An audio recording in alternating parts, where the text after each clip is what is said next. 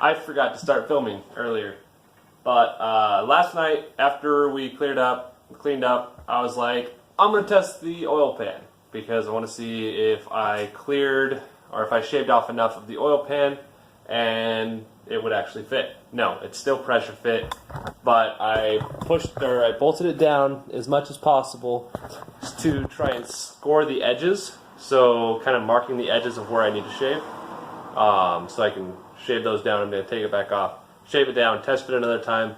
If it's a press fit, I'm not too worried about it, but I want it to take as little stress as possible. So a little bit of a press fit's okay. But right now, what I've been working on pretty much all day, it's like 5 o'clock, I got up at 10. I've been running back and forth to an oil supply shop and trying to get a fitting that works, because if you remember, I ordered the Mishimoto steel braid lines, which were awesome. They would have looked dope, they would have been cool, but they kinked. I'll post a picture right now of what the mounts actually looked like, or the hoses, because they interfered with each other. I'll post that right now.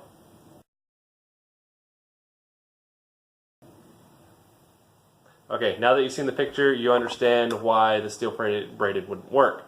So I went and I picked up this. This is a 10 AN to a 45 to a barb. So it's not like where it mounts on to the hose. If you're familiar with that, this actually just slips on, and you don't need a hose clamp. You don't need any of that, because it has 3 barbs inside of here that hold the hose on. Like, I can't pull this off. I'd have to cut this hose off. And I got this piece as well. And I have I ditched the 90-degree adapter, got a 45-degree adapter. So that is now right here. See, 45 degrees. I had to pull it back off, put some thread, or not thread locker, but Teflon tape on. But with this and that, the fit's phenomenal, and I can clock it just a little bit so it bends this hose, so the hose won't be straight, and it actually goes perfectly like 2 millimeters away from my steering box. And since I'm running solid motor mounts, I don't have to worry about the engine flexing and running into the steering box when I'm on throttle at full lock and shaving shit and stuff. Yeah, don't have to worry about it anymore. Awesome. So I'm going to take that off, put some Teflon tape on it, and then I will mount all this up, and it'll be good. And then we'll put it back in the motor, or put it back in the engine bay, see if it works. And yeah, should be easy. I already had the engine in and out in like 15 minutes. 5 minutes going in, test fit this piece, 5 minutes out, good. So let's do this.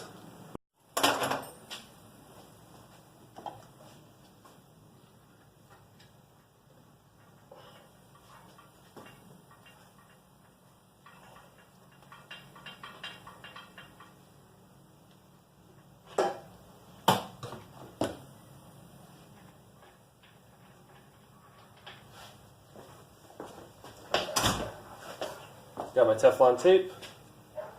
When you put Teflon tape on, always make sure to do more than 1 layer. So when you put it on, don't just kind of wrap it once and call it good. You want a good seal so you don't drip any oil or anything dumb.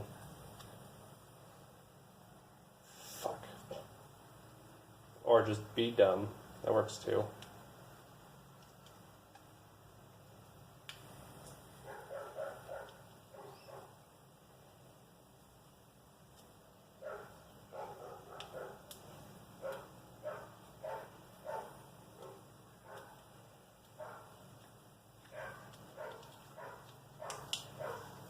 Okay, good. Throw it back on.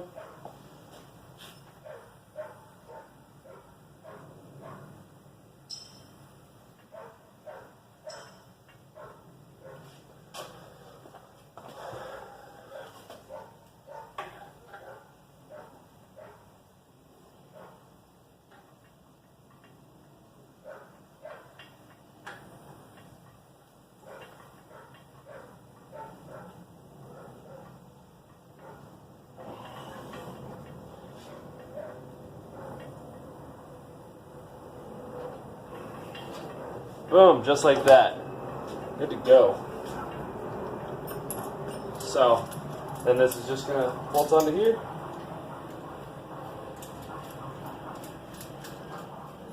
And since these are AN fittings, you don't have to worry about Tefloning the mounting surfaces, because they mount inside or on this edge, on this flat edge, rather than on the threads itself. Where the MPT threadings, they don't mount to anything; they just mount to the threads. So you have to make sure those threads aren't going to leak by.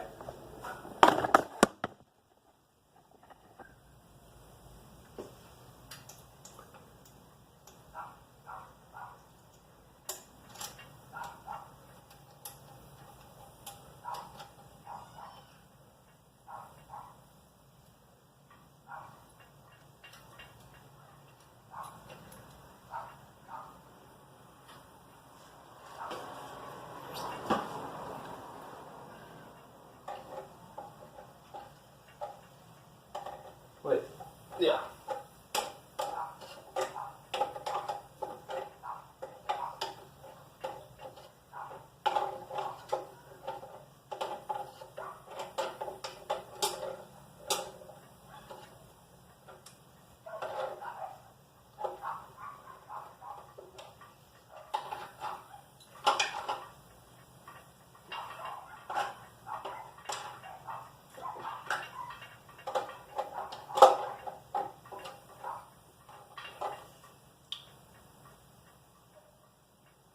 Alrighty, so those are on, mounted up. I might have to clock the one in the block a little bit, just to bend this hose ever so slightly so it clears the box. But other than that, it's good to go. So, motor's in the mount. Ready? So here's the engine. Now it's going to be in the engine bay. Yeah. Ready, set, go. Would you look at that? I told you guys it'd be in there.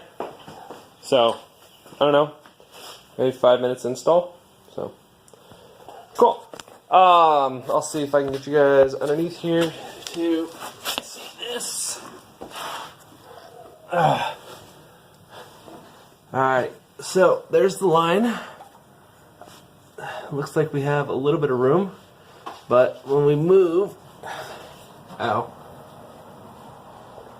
the steering, what's our clearance at now? Alright, so we have clearance, but I do want to clock it just a tad bit more to make sure we have, I don't know what just happened, I might have to redo this video, but I do want to clock this to the left a little bit to bring this more this way, which will wrap it around all of this shit and move this over here as well. So I'm gonna have to pull the engine back out to do that, but I need to go to AutoZone. I need to get a bunch of parts. Rear main seal, I decided I am gonna do that. Oh fuck, rear main seal, throwout bearing, and pilot bearing, because my clutch kit didn't come with one.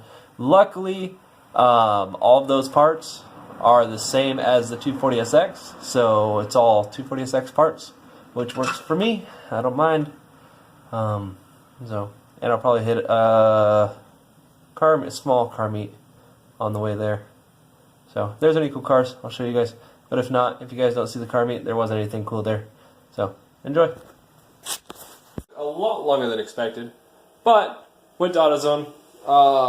Got a rear main seal, got pilot bearing, pilot bearing, throwout bearing, and I've just been kind of cleaning up the housing for the rear main seal.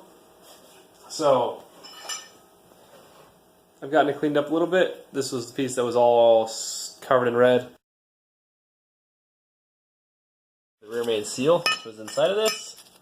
And yeah, that's the color it's supposed to be, and that's the way it was. So it used to be inside of there, but I got it cleaned up.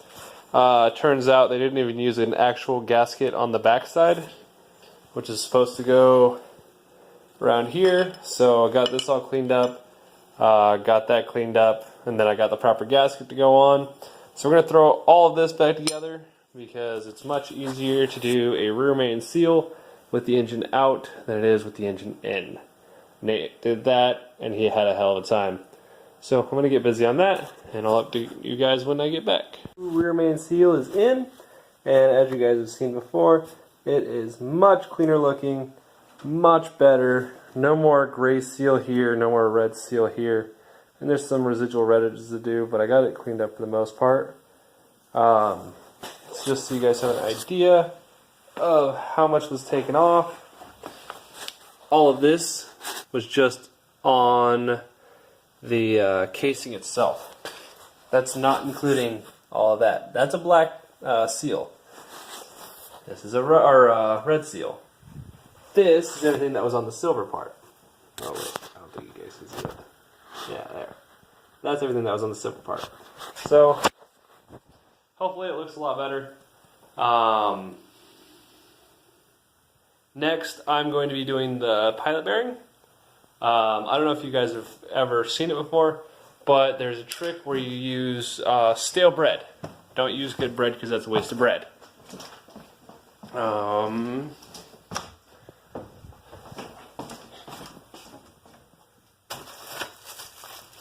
Old hot or hamburger buns, they'll do.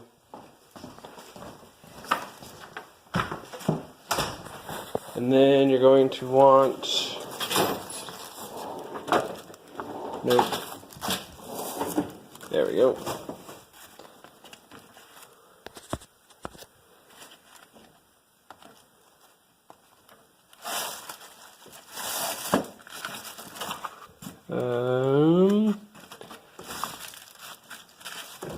You want some with a nice broad head to distribute it.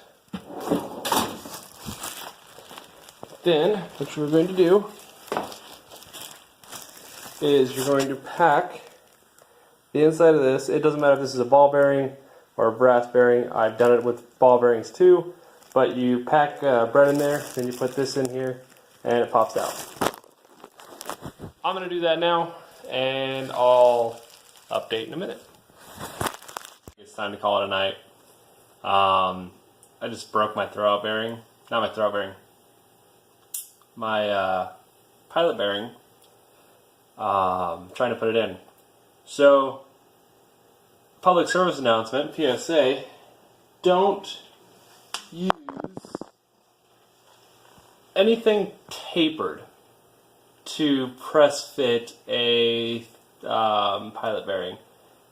Because as it goes in, it gets tighter and tighter, and it takes more force to push it in the rest of the way.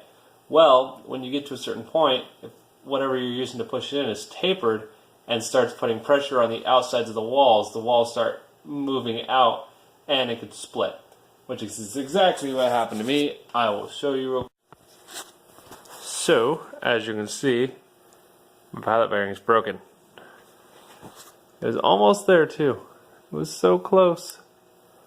I could probably run it, but I don't want to chance it.